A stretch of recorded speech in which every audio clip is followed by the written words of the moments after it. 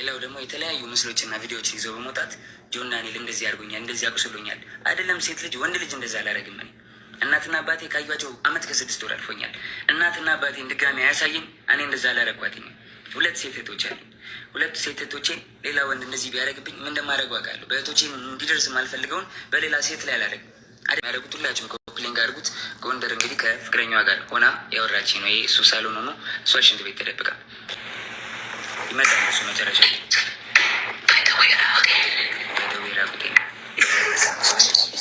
ሰው እንዳይመጣብኝ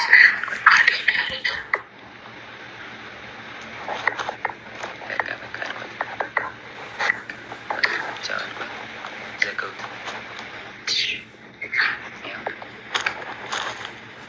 ተዘጋሰ ላይስ እና እውነታው ይሄ ነው። ከዚህም በኋላ እንግዲህ እዛ ይበጠበጣል። ጎንደር ላይ የቲንክ እየሰማት ነበር። እሱ ተበጠበጠ፣ ተደወለልኝ እኔ ጋር።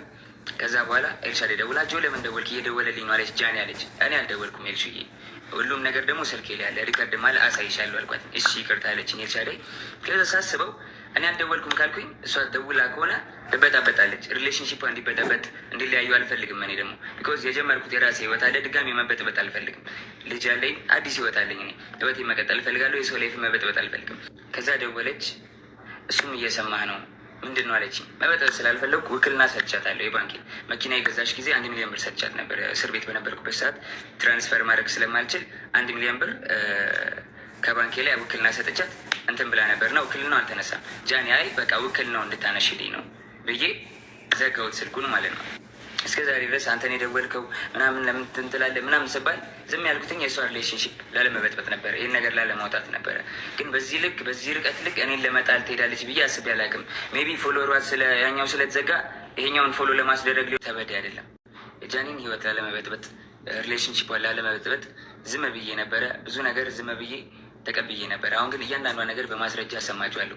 ይሄ ጎንደር ሆና ደውላ ያወራች ነው። ስሙትና ቀጥላለሁ። ናየዋለች እያለች ነው። ራቁቷን ስለሆነች ጊዜ ላይ ሊሆን አላሳየም። በደምብ ስሙ።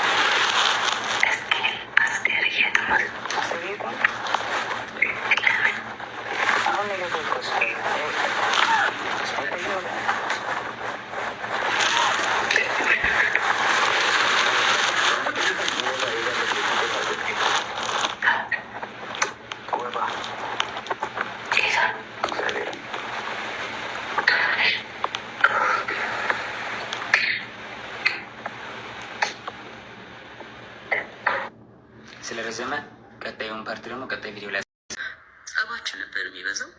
በጣም ነበር የሚያሰቃይ፣ በጣም ነበር የሚመታኝ፣ በጣም ነበር የሚያስፈራራኝ። ከኔ ጋር ከተለያየሽ አጠፋሻለሁ፣ ከቲክቶክ ትጠፊያለሽ፣ ላይቭሽን አዘጋዋለሁ፣ መስራት አትችይም እያለ ለአመታት እያስፈራራኝ ይኖረናል። ሪሌሽንሽፕ ውስጥ ሆናል። ጸባችን ነበር። ግን አብዛኛውን ጊዜ ሴቶች የሚቀጠቀጣቸውና ዲስሪስፔክት የሚያደርጋቸው ፈጽሞ እንደ ሴትነት ክብር የማይሰጣቸው ይወደኛል ብላችሁ ከማጠብቁት ሰው የሚወጣ አንደበት የሚሰቀጥጥ ቃል ከሚናገራቸው ሰው ጋር ፍቅር ይዛቸዋል። ሙር ከዛ ሰው ጋር መሆን ይፈልጋሉ። ጆን ዳንኤል ጥፋቱ እንዳለ